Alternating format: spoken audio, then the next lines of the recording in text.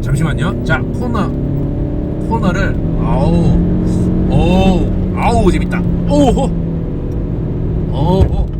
아, 좋습니다. 이거 코너가 굉장히 생각보다 좋네요. 와인딩 하기에 굉장히 좋은 차량입니다. RPM도 거침없이 써도 불안한 감은. 자, 주행편으로 넘어왔습니다. 이 차량은 고급 버전답게 수동 미션이 들어갔습니다. 오토 미션은 없다고 하고요.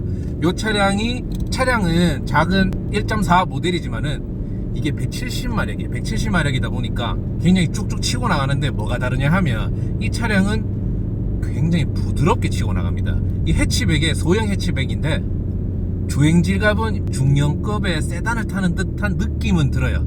하지만 이거는 저단일 때고 다이나믹 드라이빙 모드로 들어가면 이 차량이 배기음이랑 이런 것들이 자글자글 끓는 이 소리가 굉장히 매력적입니다. 그리고 드라이브 모드를 하면 이 서스펜션 자체가 일반 노멀 모드보다는 좀 딱딱해지는 느낌은 듭니다. 그리고 이 차량 제가 이탈리아 차량을 처음 타보고 이탈리아 수동을 처음 타보는데 굉장히 부드럽습니다. 어쩜 이렇게 부드럽지? 이 콰트로 폴리오 보르테라는 모델이잖아요.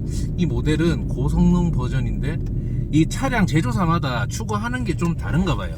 물론 이 차량을 1세대를 마지막으로 해가지고 단종을 시켜버렸지만은 좀 개인적으로는 아쉽습니다. 지금 드라이브 모드의 성력을 좀 내보고 있는데요.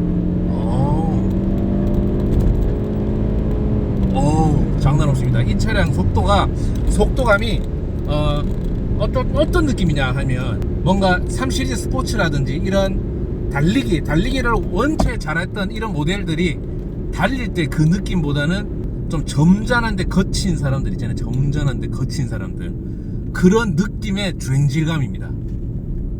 이탈리아 감성이 이런 감성인가요? 물론 포시, 이 형님께서 포시도 타고 있는데 포시는 완전 하드캐리라고 해서 그게 좀 궁금하긴 하지만은 그거랑 완전 성향이 다르다고 하지만은 신기합니다.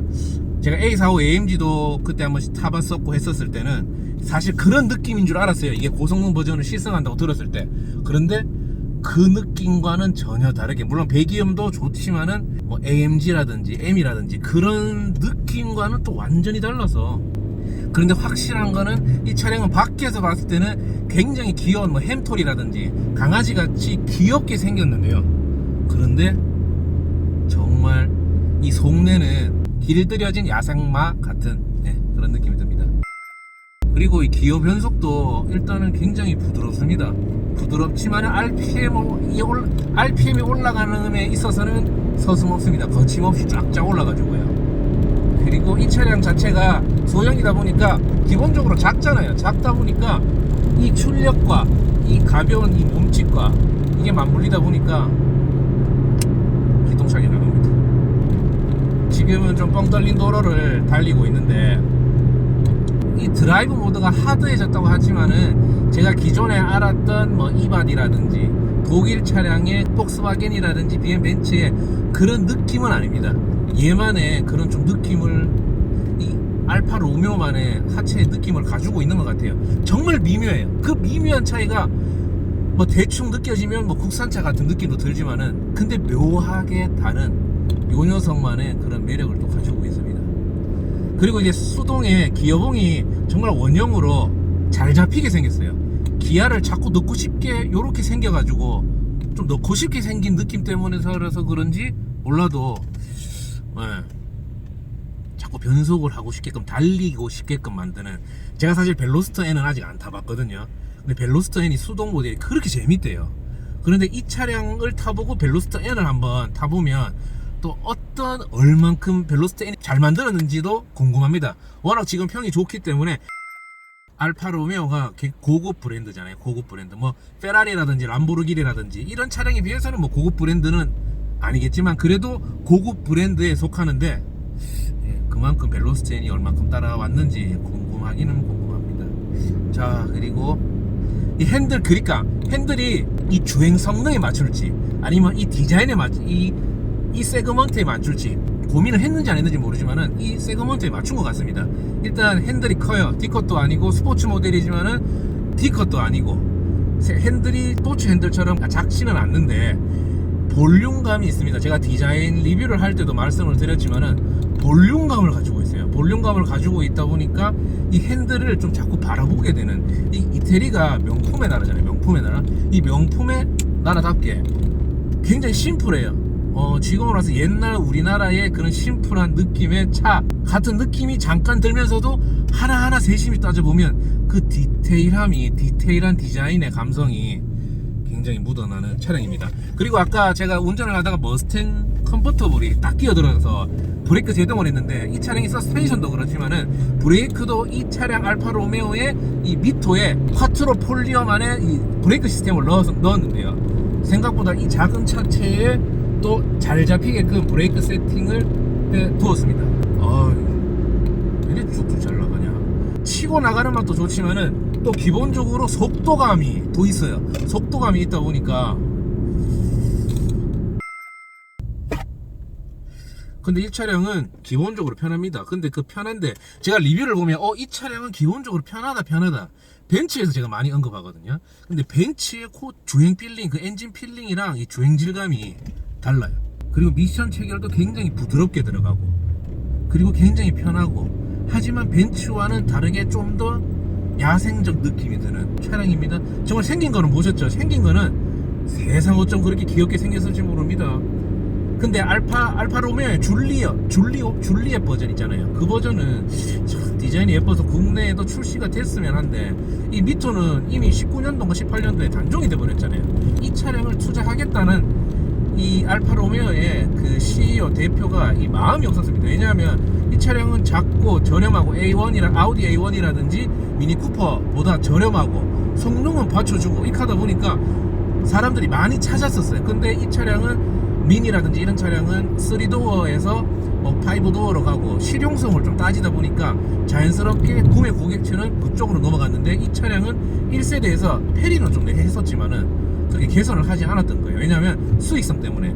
기본적으로 이 차량을 가지고 있는 회사도 돈이 그렇게 없고, 알파 로메오도 돈이 없는데 이 차량을 독일이라든지 딴 회사에 넘기기는 싫고, 그렇게 하다 보니까 이 차량을 단종시켜버리고 SUV 좀 투자를 하는. 왜냐하면 BMW를 예를 들면 X5 같은 경우는 5 시리즈를 타는 사람과 X5를 타는 사람의 그 구매 고객층에 벌어들이는 그런 수익이 다르다고 합니다. 그만큼 SUV는 요즘 좀 프리미엄 고급 버전으로 많이 나오다 보니까 좀 비싼데요.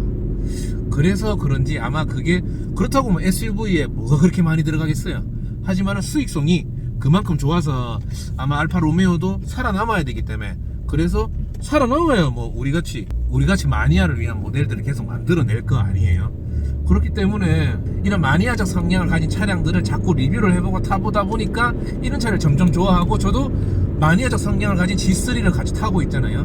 굉장히 소수입니다. 이 차량들은 굉장히 소수로 팔렸어요. 제가 타는 차, 이 미토 차량들, 이 미토는 많이 팔렸지만은 이 미토 중에 이 고성능 버전은 적게 팔렸을 겁니다. 국내에는 출시가 되지 않았고요. 그리고 우엔들의 나라 일본에서도 좌핸드로 출시가 될 만큼 굉장히 소수를 위한 차량이어서 저희 같은 매니아들은 아쉽기는 아쉽지만은 저도 이해는 됩니다. 현대도 예전에는 매니아적 차량이 어디 있습니까? 그냥 일반 노멀한 차량, 그냥 가성비가 좋거나 아니면 그냥 일반적으로 이동수단의 차량을 잘 만들어서 팔다가, 현대가 자금이 창고에 쌓이다 보니까 요즘은 매니아적 성격을 가진 차량들, 벨로스터 N, i30N, 지금 스포츠 버전의 이런 모델들을 계속 출시를 하잖아요. 그 차량들은 결코 그거를 찾는 매니아들은 많지가 않습니다. 하지만은 그만큼 어느 정도 여유가 되기 때문에 이 현대를 좋아하는 매니아적 성격, 이 매니아는 판매 대수는 적을지 몰라도 충성도는 굉장히 높기 때문에 그들이 하는 바이럴 마케팅, 그들이 하는 입소문 마케팅에 대한 힘들은 굉장히 좋기 때문에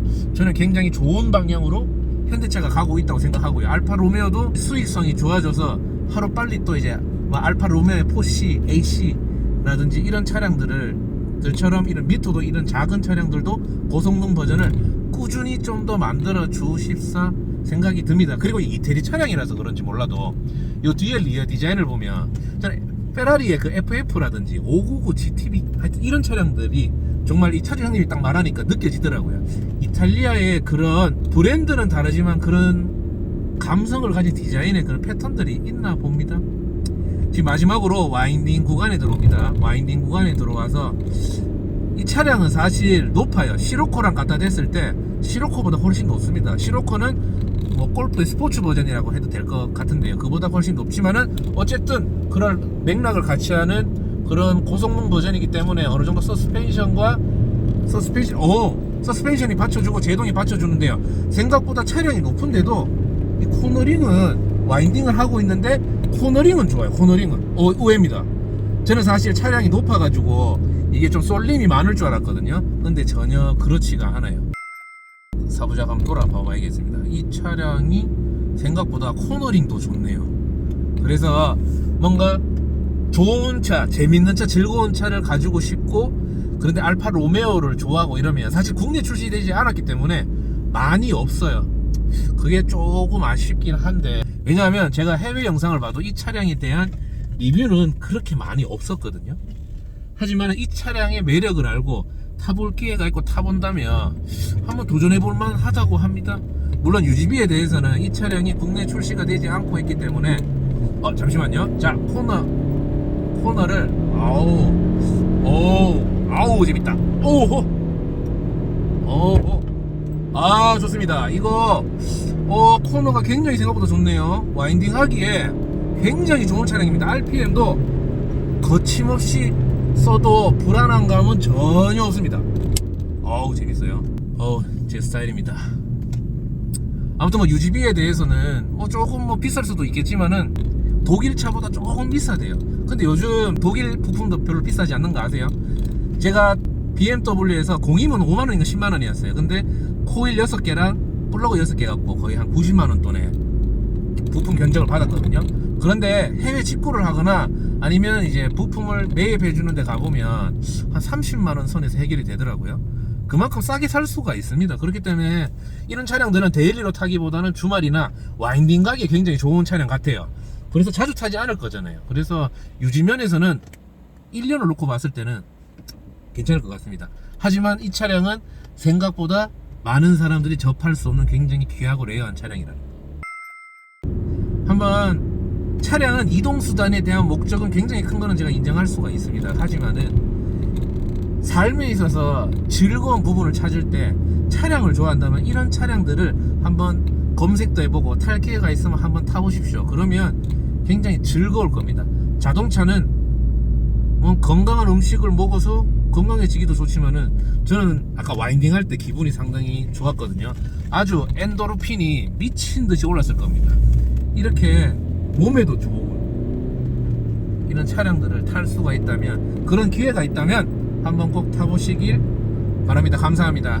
오랜만에 구독 눌러주십시오. 그래야 제가 더 재미난 차량들로 국내에 사실 지금 제가 촬영하고 있는 차량들 짐니라든지 이제 차후에 리뷰하게 될 964라든지 아니면 알파 로메오의 미토라든지 이런 차량들은 찾는 사람은 없지만은 찾는 사람들한테는, 그 소수의 찾는 사람들한테는 굉장히 좋은 자료가 되고 굉장히 즐거운 영상이 되거든요. 그러려면 자, 많이 저의 우연TV를 사랑해 주시길 바랍니다. 감사합니다. 그런데 이 차량이 해치백이다 보니까 1열은 굉장히 커요. 2열은 사실 좀 이게 3도어라 가지고 작긴 작고 실용성은 좀 떨어지겠는데 이건 2명 타기나 아니면 혼자, 이런 차는 혼자 타기에 추천드려요.